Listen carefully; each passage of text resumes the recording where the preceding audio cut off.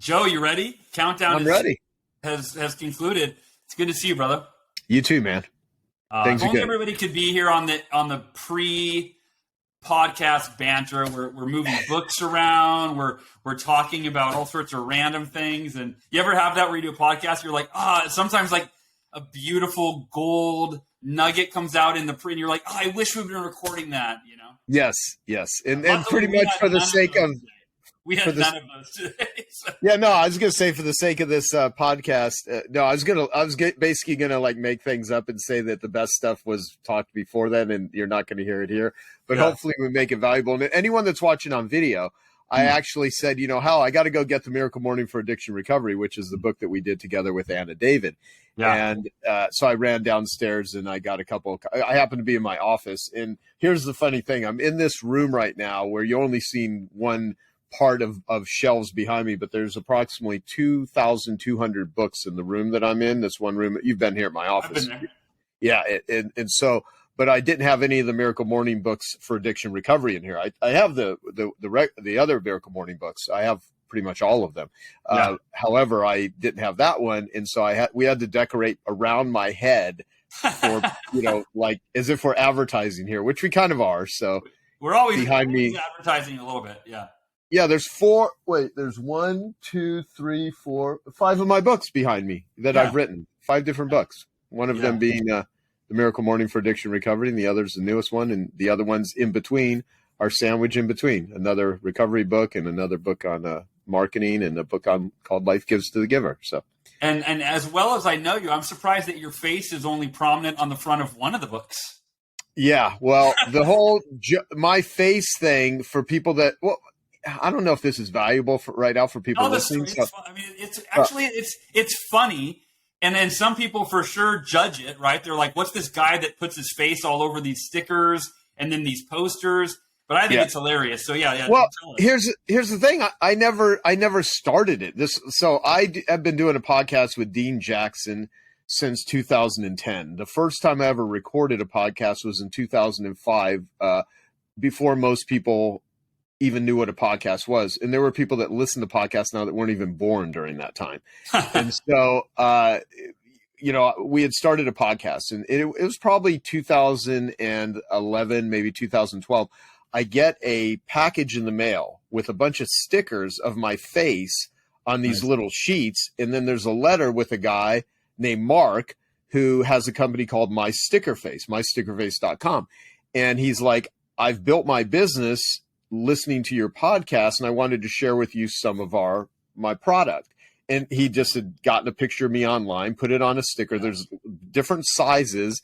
And I'm like thinking, this is hysterical. So being the person that I am, I start putting these stickers on people's phones, on their computers. I would travel with them, and I'd take them over to my friend's house. I would just put them behind kitchen counters, refrigerator doors, washing machines, all these places where they would open it up one day and it would industry.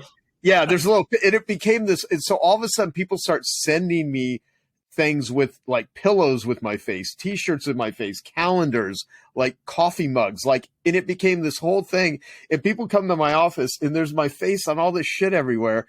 And what's funny is I'll make a joke and say, I probably look like the biggest narcissist on the planet. Yeah. And I've never have I said, go put my face on this to anyone on my team or ordered anything that had my face on it. It's just everywhere. And it took on a life of its own. Now we have all kinds of our Genius Network members that at the last Genius Network annual event, I had Mark do stickers for every one of our members that we could get really good pictures for. Nice. And when they entered and they loved it. So we had 350 people that had stickers of their face. And so you just see it they're on the name tags. I was telling people, okay, if you meet someone really cool here, put a sticker on your Genius Network journal or whatever so you can remember who that person is. And they actually now serve a functional purpose. So the narcissistic approach of having my face on everything has actually become a good Genius Networking methodology. I love that. And if you're listening, mystickerface.com, it's really fun to do for your kids. It's the coolest thing when your kids have stickers of themselves to put on stuff, give to their friends. And it's super fun. Totally. So Joe, real quick, the story of how we met, and I don't even know if you remember this. I got invited to a Dan Sullivan event in Los Angeles. It was like a strategic coach preview evening. Yeah. And you were sitting at a table. And this is the funny part, is that I was like, oh, dude, that's Joe Polish over there. That's the Joe Polish. But I knew nothing about you. I didn't even know what you did. I don't think I knew about Genius Network at that point. I'm like, which is probably, I mean, it's pretty positive if your reputation is so big that someone that doesn't even know who you are knows who you are, right? Like, I'm like, it's Joe Polish. And, being I had my, Miracle Morning had just come out, and I always had copies with me. And I was like, I got to find a way to give Joe a copy of my book. But I'm big on authenticity, and I can't authentically say, Joe, I'm a big fan. Joe, I love your work. I'm like, I'm literally Googling you on my phone. I'm like, who is Joe Polish, right? And so I forgot what my entry was. I forgot what I said, but I approached you. I gave you a copy of my book, said, thank you for all the work that you've done. And then I figured you would never read it. And I get a Facebook message from your friend, this gal named Ivy, probably 2 weeks later. And she says, hey, Joe picked me up from the airport yesterday. And he hands me your book, The Miracle Morning, and says, you've got to read this. She said, I started reading it and I couldn't stop. I read it cover to cover, and Joe and I just did our first Miracle Morning together. And at that point I had listened to your podcast. I had engaged in your work, and I was like, wow, that's incredible that Joe, the Joe Polish, listen. And then who knew that years later we'd be friends. You'd be featured in the Miracle Morning documentary. We'd co-author the Miracle Morning for Addiction Recovery. You're on the podcast again. This is, I think, your second time on the show, man. So yeah, fun beginnings. No, totally. And what I do remember about that is that you were very nice. You're very edifying. You're very polite. You're very cool. And you were very enthusiastic. So I could also tell, and when I, learned your story of the car accident and all of the different stuff you had been through, and look, you're a fighter. You're a survivor. You've been through some difficult stuff, and you were really just went out of your way to be, just a nice, cool dude. And so I had a very good impression. And I did go through the book, and we looked at the savers, and, we meditated, and we worked out, and we journaled, and all this stuff. So all the things. Yeah. Love it. Well, dude, I'm holding your new book in my hand. What's in it for them? And you've got 4 copies surrounding your head right now, like a halo. Yep. 9 genius networking principles to get what you want by helping others get what they want. This is really good. And I'm halfway through it, but it's dog-eared, it's underlined, I'm getting a ton. And I described this the other day. I was going to tell you this. I was being interviewed. And I think somebody asked me, what's a book that's really impacted you or is impacting you now? And I said, if you would have heard me, you would have thought I was pitching my own book to put food on my kids' family, on the family's table. But I went off and I go, this is the new How to Win Friends and Influence People. Mm-hmm. And it's like, literally, if somebody were to say, hey, take that classic book that sold tens of millions of copies and make it better somehow, right? If you were to hire a ghostwriter and you're like, make it better, make it more modern, make it more tactical, more applicable to our current lifestyle and culture, and right, that's what this book is, dude. So congratulations.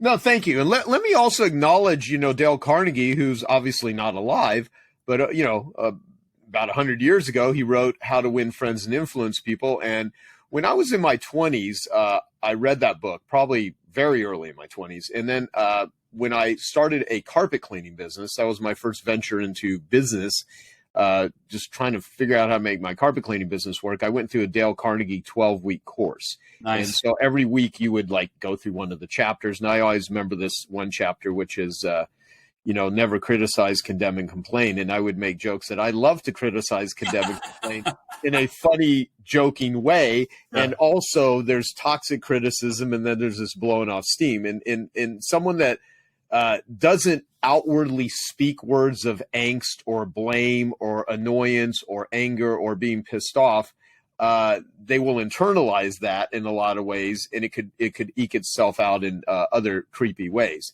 And so I think, but the point is toxic critics and people that, that you can either, create or you can complain. It's hard to do both at the same time, although you can probably create while you're complaining along the way. But bottom line is, I love that book, and it was really valuable. And over the years, I became friends with, Robert Cialdini, who wrote the book Influence, who's a dear friend of mine. He was just here at Genius Network a couple of weeks ago. And, if you think of how to win friends and influence people, I started thinking a lot of, well, it's not just winning friends and influencing people, it's winning the right friends and influencing the right people, because you could win friends that really aren't friends. There's real friends and then there's deal friends. Yeah. And so with true relationships, your time, which, in the book, chapter 2 is about Tammy, is what I call it. I don't refer to it as Tammy in the book, but I use that as shorthand now. It's time, attention, money, effort, and energy. And all of us, like anyone listening to us right now, you're putting time into this, attention, effort, and energy. There's not money per se involved, like with what we're doing right at this moment, but you're going to go spend money. You're going to go spend time. You're going to go spend attention. So you only want to align yourself with people that are aligned with you. Now, oftentimes you don't know that until bad things happen or you're into it. But the more that you go through life and you develop the spidey senses of who's a giver, who's a taker. And by the way, this message right now, I believe only will land on people that are givers and have empathy. If someone is a full-blown narcissist, they can maybe get the mechanics of it. If they're a psychopath or a sociopath, they can hear this and they can use it to mirror and manipulate. But people that really are givers, they will resonate with this message. And people that are takers, hopefully it'll sink in a little bit. And the ones that are changeable are open to that, that will realize that, there's different operating systems. You certainly can go through life and get a lot of things through criminal activity, through taking advantage of people, to operating with a win-lose mentality. There's a lot of takers in the world that get rich, that make money. There's a lot of takers in the world that are leading in the world of leadership in certain positions right now. But at the end of the day, on your deathbed, if you want to look back and say, did I expand humanity or did I contract it? A lot of that has to do with, giving more than you take and not taking at all. To the degree that and when I mean taking, I mean like non-consensual, manipulating sort of taking. I mean, we all, have parts where we give and take. And by being a giver, that also means you have to give to yourself. You can't believe, it's hard to fix a world with broken hands. And there's, so this book was my thanks and my gratitude, and hopefully it will add to How to Win Friends and Influence People, which I believe is a great book. But yeah, I'm hearing that a lot. People like, this is a modern day version of How to Win Friends and Influence People. And I say that in the very beginning of the book, that this book wouldn't exist without that. So if you're a giver listening to this right now, and I imagine, how with your audience and people that come through you, it's pretty much what the Miracle Morning methodology is about, is developing rituals and ways to become very aware and be very productive and set, if you start off your day where you really give to yourself, I think that you can expand that greatly throughout the rest of your day and the rest of your life. Yeah. That's one thing that I frame it often when I talk about the Miracle Morning community. As I say, it's humanity at its finest, because it's people that are taking time every day to give to themselves, to elevate their own consciousness, which the way I define elevating consciousness is your awareness of how your thoughts, words, and actions impact yourself and other people. Right. And when you don't take time every day and you're just going from falling asleep stressed out, to waking up stressed out, to reacting all day long, and that's this vicious cycle, you don't have any time to get centered and calm and connect with your spirituality and with your higher self and so on and so forth. When did your mindset develop to this giving kind of selfless or generous mindset? Because people describe you as, one of the most connected people in the world. You only become that way by being generous and being someone who others want to, be around because you are a giver. Were you always like that? Or I know in the book you describe as a kid, like you were trying to ease people's suffering. But I also have heard you talk about being selfish. So Where did this? How did that evolve? That mindset. Well, it evolved over many years, and it's always, I don't ever think one arrives. I think there's always a place for continual improvement. Sure. For me, there's definitely times in my life where I was desperate, I was self-centered, I was hurt, I was traumatized, So, and that certainly unhealed ekes its way out. For me, it was in the it was in the realm of addiction. I mean, I believe addiction is a solution to pain. I believe addiction is a response to trauma.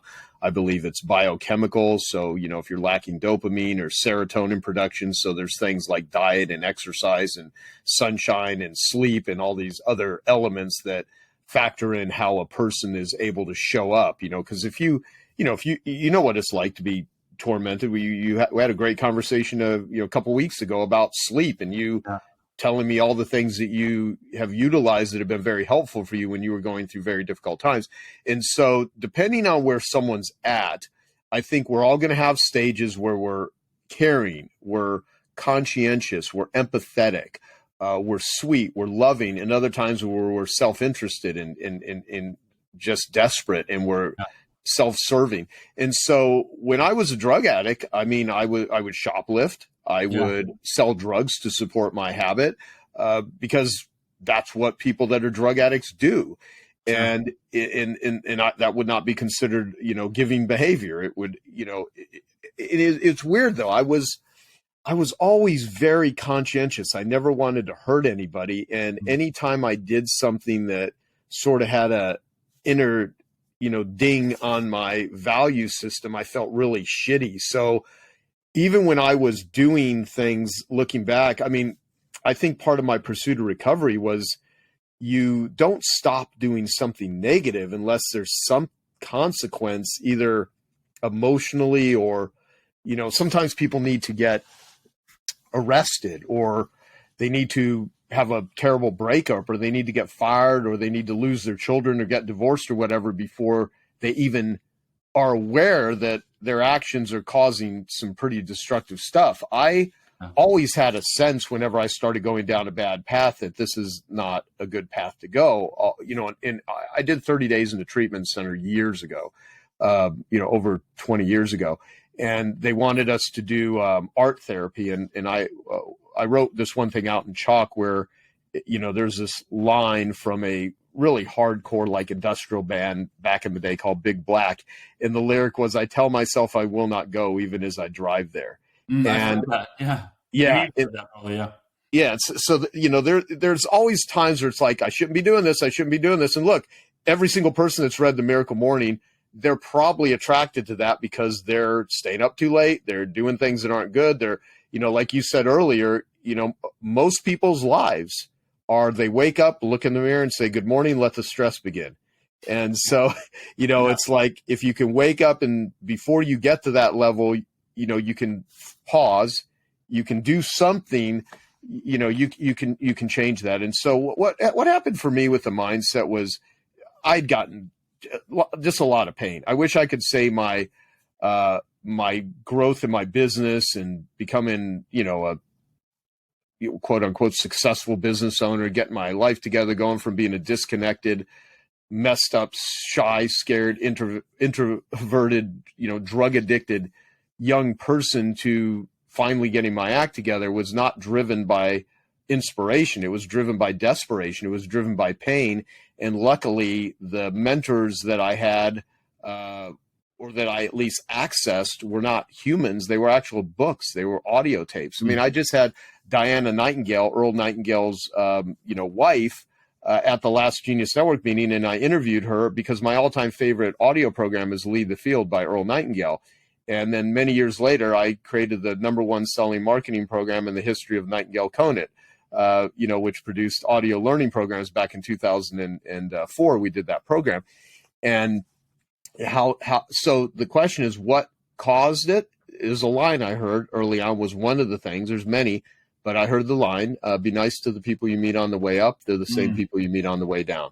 Yeah. So I try to tell young people that you're going to run into people 5 years from now, 10 years from now, 20 years from now, 30 years from now, even 40 years from now. I now run into, because I'm 55 years old now, I literally have people in my life that I've known, that aren't family for over 50 years. You will run in to some of the same people. And some of those people, I've ran into them recently, and I've not seen them in over 25 years.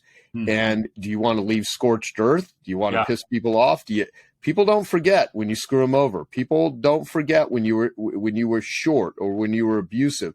And that doesn't mean you have to give everyone your attention, because some people you can't, especially if you're doing a lot of stuff in the world and people create narratives. That person should have done this. That person. There's a lot of entitled people that don't show up with any give, but they show up with a take. And one of the things I say is, we all want something. Everybody wants something.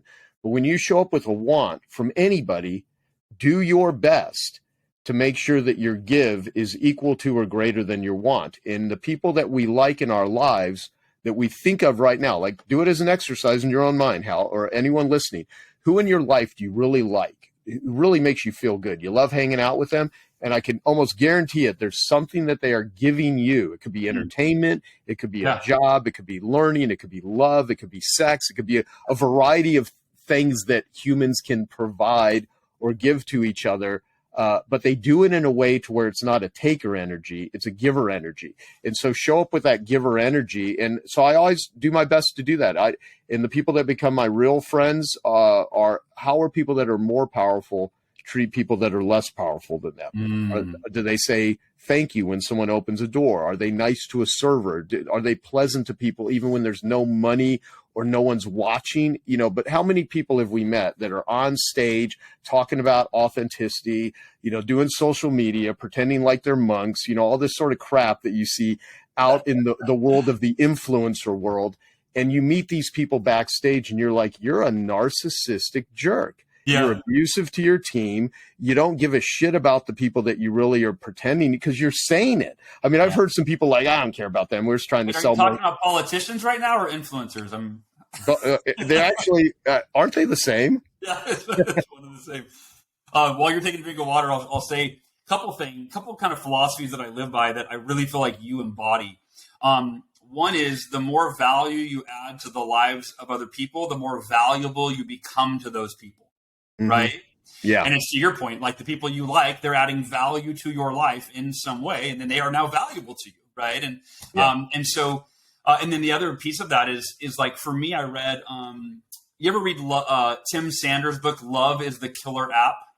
Not the whole thing, parts of it. Okay. No, I never finish it. That was a book for one of the first books I read, 2004, I think, 5. But it really turned me on. His whole message is love is the killer application in business. Like, love others, give of your time, your energy, your attention, your resources, etc. And that flipped my mindset to where your mindset kind of is, which is I'm just going to focus on adding as much value to the lives of every person I ever meet as I possibly can. Mm-hmm. And what I found is that's the recipe for success. And what your book teaches you, like, here's the tactics of how you actually do that. Because it's one thing to say that, and someone's like, yeah, that sounds great, but how do I add value? And it's like, no, well, you need proven processes and systems and strategies and the questions and everything that your book offers. But I found it to be so true. And like you mentioned, the same people you meet on the way up, you meet on the way down. When you always are adding value to people's lives, you just become a value, just a light, just a value creation machine where, like, you don't know how that's going to come back to you. But like you said, people don't forget. And they're like, yeah, when I met you at so-and-so, and you mentioned like waitresses or waiters, right? Like, for me, it's every person. What's your name? How can I actually, my waitress the other day, I was at this restaurant, The Well, it's my favorite restaurant. And she came up and I said, hey, how's it going? And she said, I was there to eat. I was by myself. And she said, I really had some pain in my leg and I went to get help, and the chiropractor, like, I don't know what to do and I'm really scared. And I talked to her we talked for like 15 minutes. And I was like, hey, I'm going to share with you a couple of my life stories, right? Which, that's what I do. But I said, the real life examples of how the doctor said I would never walk again. I want you to have this in your back pocket so you can remember that if I could do it, you could do it too. And at the end, she's like, can you get up and can you give me a hug? Is that okay? I'm hugging my waitress that I met 15 minutes ago, right? But it's just, if like that's your mindset, how can I always add value? And I feel like, that is your mindset. I want to read something from your book. This is how you start your new book. What's in it for them? I think it's either the first line or the first paragraph. You say the secret to success in life and business is learning how to connect and form relationships with other people. And most people don't know how to do that. So my question for you is, I guess, two questions. Why is that the secret to success in life and business? And why do you say, or why do you think that most people don't know how to do that? Yeah. So I think we are more connected electronically today than we ever have been in human history, but we're more disconnected as humans. Right.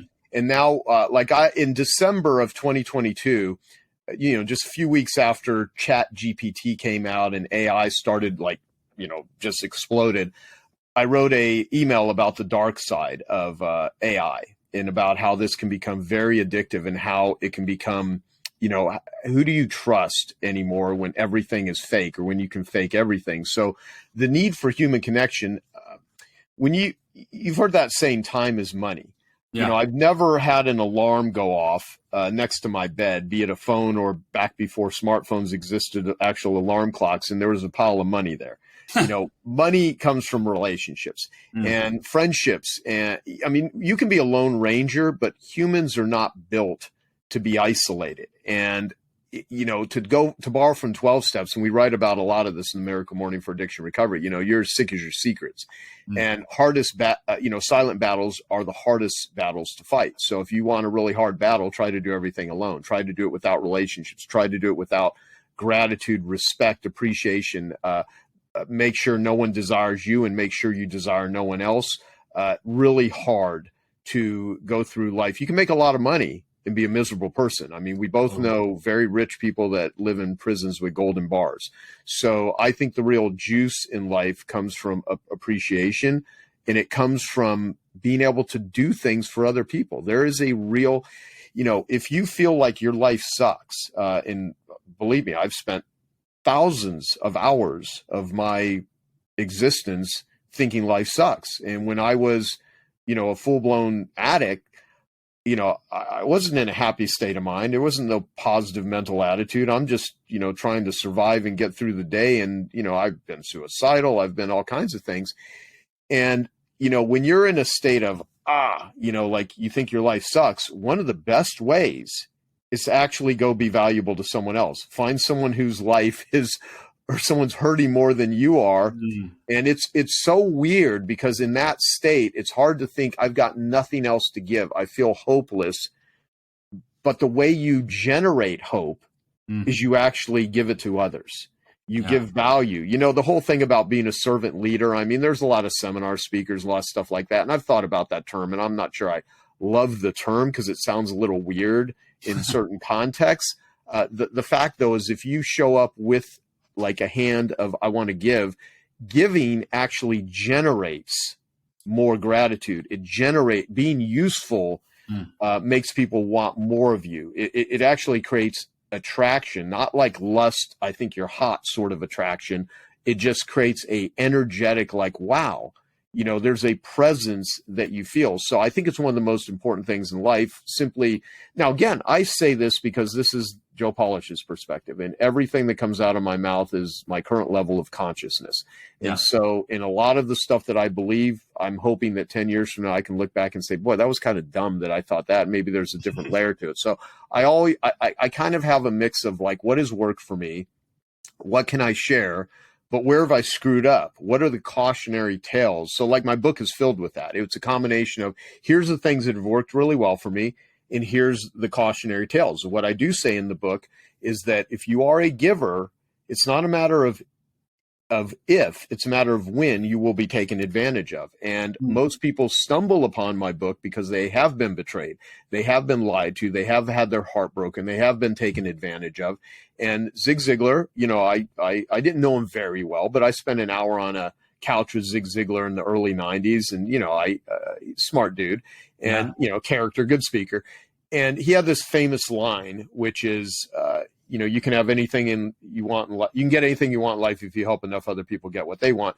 And my friend Martin Howie came to one of my Genius Network meetings probably close to a decade ago now, and he was talking about that. And he said, there's a lot of lines that people use that you have to really think about them, because you can help some people get what they want that won't do a damn thing for you. And some of those people will abuse you, and they will take advantage of you, and they will lie to you. And that's a really hard thing when you hear me talking about be a giver. And there's someone listening to this right now going, I've been a giver and I've gotten freaking completely taken advantage of.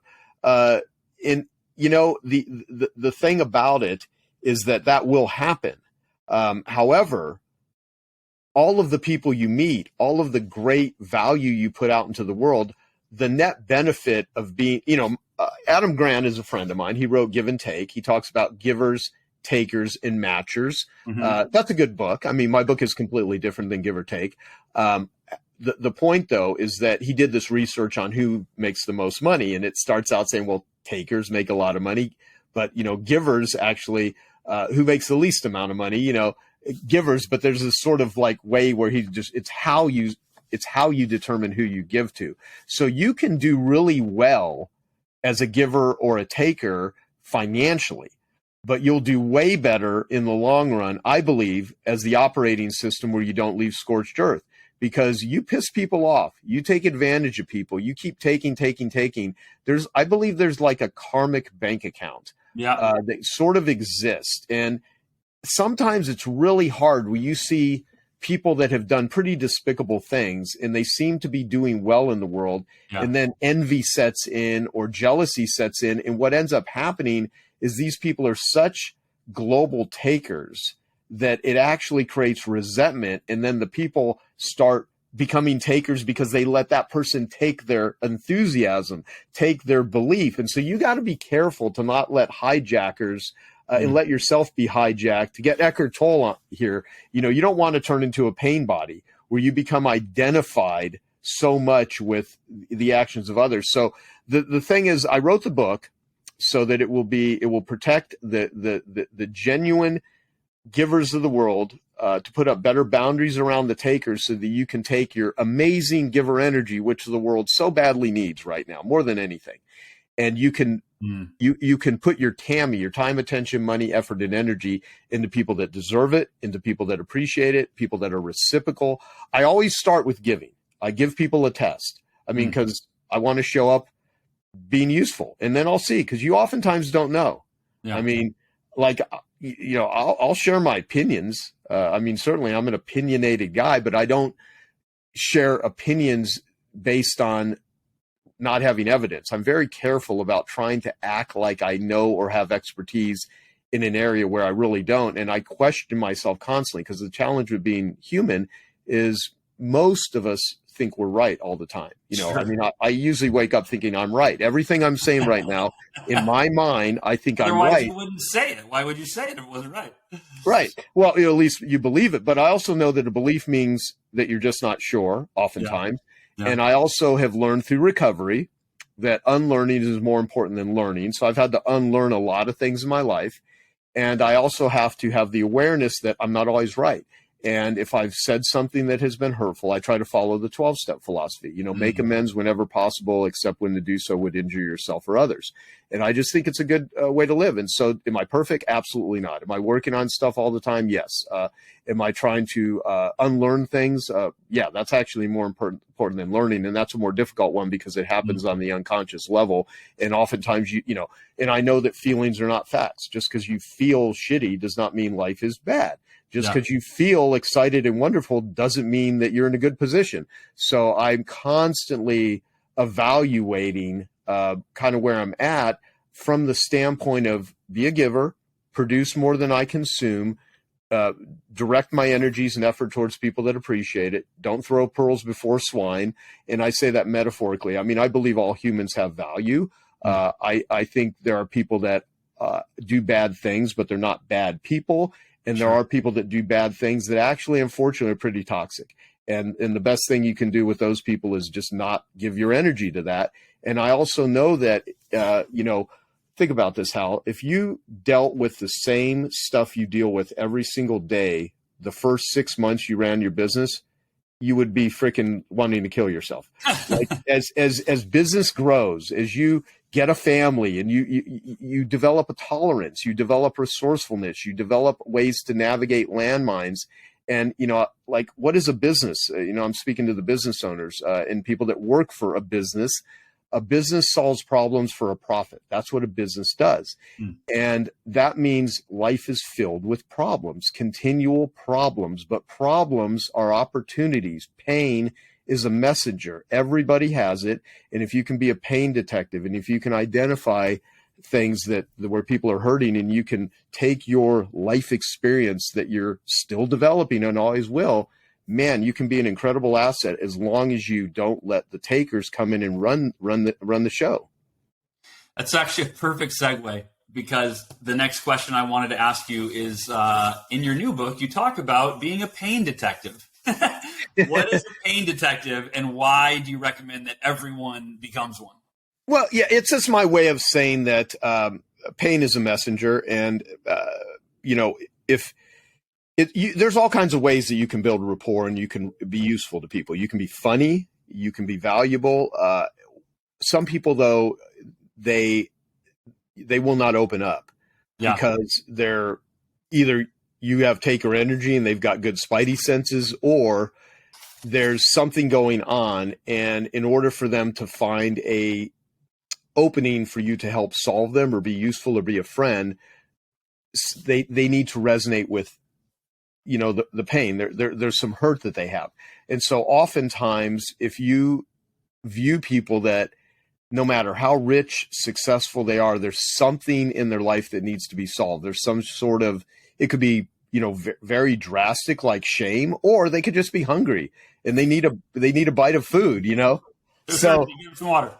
Yeah, exactly. And so a lot of this is not super complicated, nor am I talking about you have to NLP every person you meet and make presuppositions about how difficult their life is and, jump into every, there's certain pains you don't want to take away. Look, I speak out of ignorance because I'm not a parent. I love although I've, raised a baby for a year and I've been around a lot of kids, and I think a lot of my clients are kind of as difficult as some children, but you don't want to handicap your kids by making their life too easy. Right.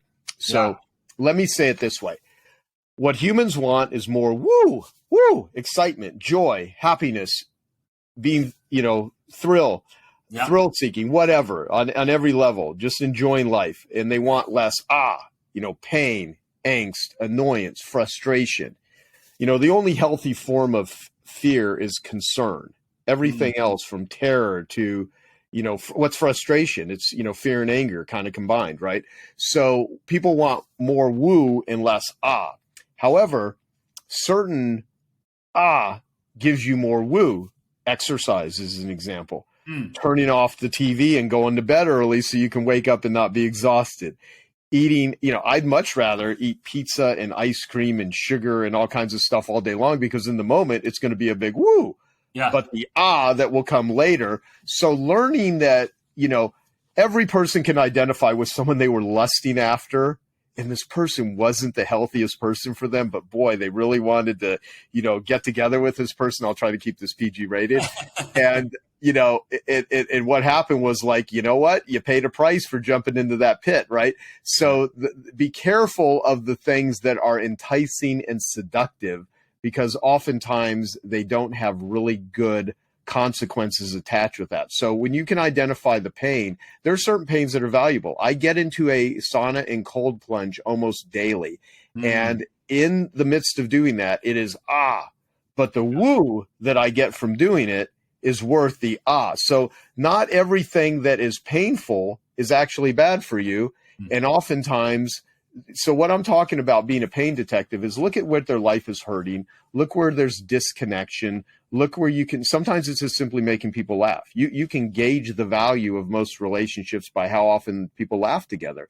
And so sometimes, what is comedy? Comedy is pain plus time equals comedy. Whenever you have pain in your life and you put time between it, sometimes it takes decades, sometimes it never goes away, but you can think of something where you're like, it's really funny, but at the time that it happened, like a breakup or someone left you, or you got really embarrassed, or you got rejected, you can look back and, our friend Sean Stevenson, who passed away, unfortunately, he was my best friend. He would always say to me, rejection is God's protection. And we, even if you're an atheist, you can kind of get what that means. And so, the point is that there's a lot of things in life that are painful to people in the moment, and you can probably do a lot with it. And if you learn how to do that, not only will you be really valuable and useful to people, it actually is one of the best ways to make money and be useful, because if you can would the Miracle Morning exist as a series if you weren't removing a shit ton of pain from people's lives? No, that's a good point. Yeah. No, I think that, and in your book, I was just flipping through it right now, trying to find that section, but you give questions, you teach, how do you become a pain detective? Because it is a matter of, I find that going first is often one of the best ways, right? Which is being vulnerable. And then people go, oh, you're not perfect. Oh, the other philosophy that I meant to share earlier is that, again, I think you really you embody is, don't worry about trying to impress people. Just figure out how you can add value to their lives. Yeah. And I think in today's society, it's so much like, I need to look good for this person, right? I need to impress them. I need to be on their level, or and then you're racking your brain. What can I say that sounds impressive, right? Yes. What can I tell them that they would think is cool? And it's just a subtle but profound shift from, they don't give a shit about about the things that I can impress them with. They just, all they care about is, can this person add value to my life? And like you said, maybe they're funny, but I think, to your point, the deepest connection comes when we connect with somebody through their suffering. And then we're able to, whether it's just lending an ear or embodying empathy for them, or relating like, wow, I can relate to that. I went through something like that, and that you did, and now you're connecting on arguably the pain is what keeps us up at night. The pain is it's on the monkey on our back that never goes away, right? Or not that it never goes away, but it's the one that makes the biggest impact on our nervous system and our psychology. So if you can find another human being that you can express that, right? Get it off of your out of your nervous system and actually express it, and then talk about it. And then that in and of itself can be so healing, is just talking through it. God, I feel so much better after talking to you. Thank you for simply being a space for me to share. Right. Right. Yeah. Look, and I've been, the primary caretaker of a couple of very, very close people to me while they were dying in hospice centers. And when you have sat with someone that you can't fix it, people often, well, what kind of value could you give there? I don't know what value I could give. Well, you can be a companion. Sometimes presence is a gift. When some people, there are thousands of people sitting in mental institutions or incarcerated or in assisted living homes that are incredibly lonely, in incredible pain. And there's so, animal shelters, freaking burn units. I mean, there's so much human suffering in the world, and that sucks. But what sucks more is if you don't have anyone to assist and help. And so when people are like, I don't know how I could add value in the world. Oh my God, there are so many people that anyone that's listening here, it would be a dream come true just to have someone sit with them, or hold their hand, or say, you're not alone.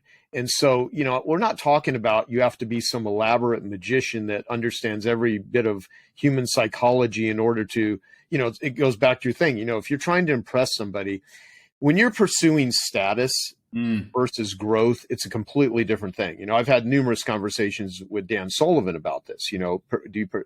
So when we say influencers, I kind of make fun of influencers because, look, in our own ways, people will call us influencers because people know who we are. However, I have a love-hate relationship with that whole term, because it's like, what are you influencing?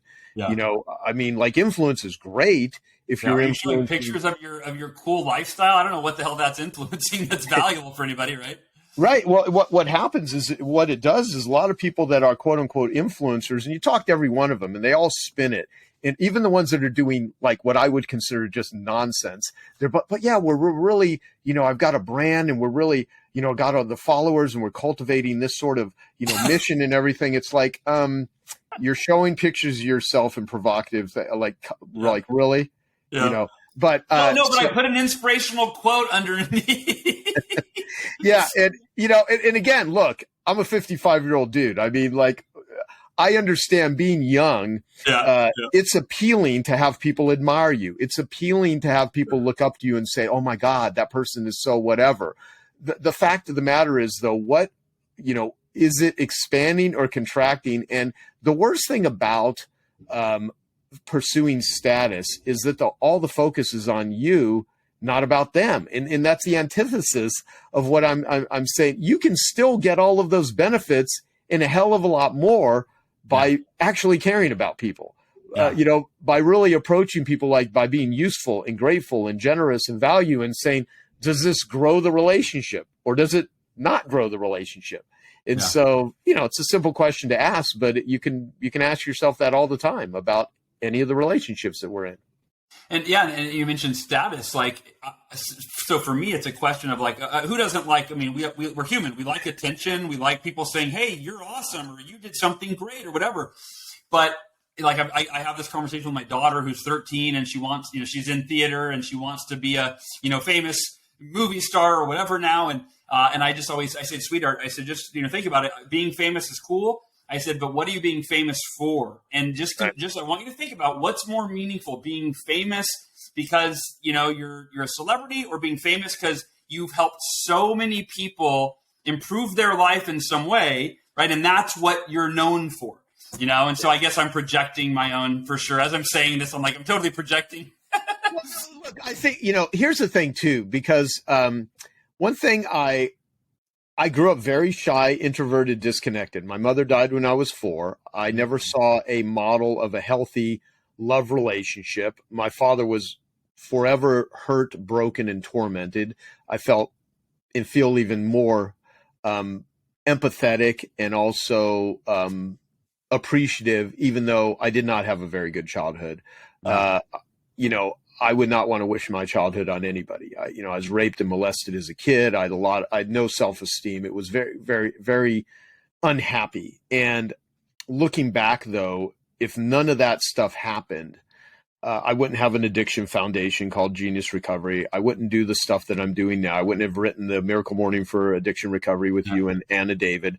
I have another book called Understanding Addiction Recovery. We have an educational platform. All this stuff came out of pain. And so the whole be a pain detective is, if you learn how to transmute it, if you learn how to transform it, you can be really, helpful and useful. And I don't say any of this stuff because someone should be like, oh, poor me. Because we also have a culture of narcissists that are sharing their painful story as an attempt to live in woundology and use it as an artificial way to get people to like think they're really cool because they've been through some difficult shit. I mean, everybody that you've been through grueling stuff. I mean, God, you were out here in Arizona when you were not in a good place with cancer, and you literally look like someone that was in a concentration camp. I mean, you could not gain weight. Your eyes were sunken in. You were coughing. I could just see the misery that was in your being. And of course, that hurt me too. But I didn't go into the space of like, oh, poor Hal, poor Hal. My whole approach is like, how can I just be useful to the guy? Because, you don't want to take, oftentimes, and this, sometimes as the people take on the pain of the people that they're being a caretaker for when someone's dying, they often experience it in worse places than the person experiencing it because of how, emotionally distraught they become. So, the point is, with all of this sort of stuff, that was a difficult challenge. What I, now looking back on it is, I can see a lot of it as a gift, not a gift that's like, thank you. Some people, and I understand there's many different ways that we can take our life experiences and extract the lessons, extract the joy, the learning, use it for amplification. For me, I just know that there's a lot of people in pain, but there's a lot of people that are loving life. And, you can't fix the world with broken hands. And so, to the best of one's ability, be a useful, helpful person, but don't bleed yourself. Be very, be discerning on who you give your time, attention, money, effort, and energy to. Realize that, like my friend Don Wood says, if you understood the atmospheric conditions of somebody's life, it would make sense why they are the way they are. I am the way I am, think the way I think, do the things I do because of the atmospheric conditions of my life. And the atmospheric conditions of my life for a very long time were very painful. And they were a storm. They were a disaster. They were a tornado. And I got to the point where I actually learned you can change your atmospheric conditions. You can wake up and write a tragedy or a comedy or a drama or a love story. And some days are going to suck and other days are going to be awesome. And, life is never always wonderful or always horrible. Like my friend Dave Kekich, who spent half his life in a wheelchair, he became paralyzed. He said, life is seldom as bleak as it seems when it's going wrong, or seldom as great as it seems when it's going well. Lighten up, you'll live longer. And so I try to bring some levity to everything as best I can. And it helps you get through difficult times. And if you operate that way, you can be a lighthouse for so many other people, including yourself. Yeah. Amen, brother. Well, I'm so grateful that, to me, you are a lighthouse with not just your work, but I mean, this book specifically, right? This is a lighthouse for people that want to improve their lives, that want to improve their relationships, that want to expand their circle of influence, that want to suffer less and thrive more, that want more woo and less, what was the other? It was And it's always weird. Even every time I say it, I feel a little goofy when I'm saying it, but it's like it's woo and because the rest of the day we're all think about it. We're all going to be looking for what's woo, what's Don't be one of those people. That's how you want to be more woo and less Well, brother, where is the best spot? I mean, I'm guessing wherever books are sold, but the book is What's in It for Them by Joe Polish, like shoe polish, not like my wife's nationality. The subtitle, 9 Genius Networking Principles to Get What You Want by Helping Others Get What They Want. Where should people go grab this? Well, the website is what'sinitforthem.com. Okay. And so they can get it there. My name is Joe Polish, like you said, like nail polish or shoe polish, spelled the same way as Polish, but I pronounce it polish. And, I also have joepolish.com, but that's my social media handle for pretty much everything. And I will say, if someone has any addiction struggles whatsoever, obviously read The Miracle Morning for Addiction Recovery, because I go through the 4 different ways to get sober and stay sober. It's not just meetings. It's not just, it's 4 different things. And it's what I've learned. And I've spent over $500,000 on my own recovery. And so what is summarized in that book, you can really get a lot of insight, especially from Anna, David, and especially from you. So that's a real valuable book. But yeah, What's in It for Them? I also recorded the audio myself. And as you know, recording your own audio book is a bit of a pain in the butt. That's a bear. I love it when the author reads their own book. And I spent 2 years on this book, and I hope it really helps direct people in their lives and is what I call a domino for them, and so that they can be a domino for other people and really be useful. And so thank you. Awesome. Well, mission accomplished, dude. I'm about a third of the way through it, so I've got a lot to go, but I'm dog earing probably like every third page, literally. So yeah, Vern Harnish, who's the founder of EO Entrepreneurs Organization, he actually chose my book as the best business book of the year. And when he was given a talk about it, he said, "There's not a single page on this book that I've not underlined or highlighted." So I'm like, wow, that makes me feel good because I really worked hard on it. But you oftentimes don't know how people are going to respond until it's out into the wild. And now that it's out into the wild, people seem to really find my book valuable, and all the proceeds of the book go to Genius Recovery to help people that struggle with addiction. So this is a book that I hope stays around for hundreds of years. Yeah, and the fact that Vern Harnish, one of the best business authors of our generation, is making notes on every page of your book is a huge feather in your cap. So no, thank you. Thank you. Well, dude, it's an honor to know you, Joe. I love you, brother. It is an honor to have co-authored a book with you and to be able to share What's in It for Them with my audience. Miracle Morning community members and goal achievers, go to what'sinitforthem.com. I always think that's the best place. If you're going to look at a book, start with if they actually have a book website for the book, the author put a lot of thought into that. There's usually bonuses and stuff. I don't know if there are in this case. Oh, but tons of free bonuses and interviews when someone gets the book. They don't have to buy a course. Well, one day maybe we'll make one, but we have tons of videos. Every testimonial that's on the book is only from someone that read the entire book. That was my rules, because I don't like when business books have a bunch of famous people that have never read the book on it. So every testimonial is a real authentic testimonial. And and there's a lot of bonuses for people just for getting the book. Incredible, man. Well, all right. I love you, brother. And I will talk to you soon. And goal achievers and members of the Miracle Morning community, I love you so much. The book is What's in It for Them. I hope you enjoyed today's conversation with Joe Polish. And I'll talk to you next week, everybody. Thank you.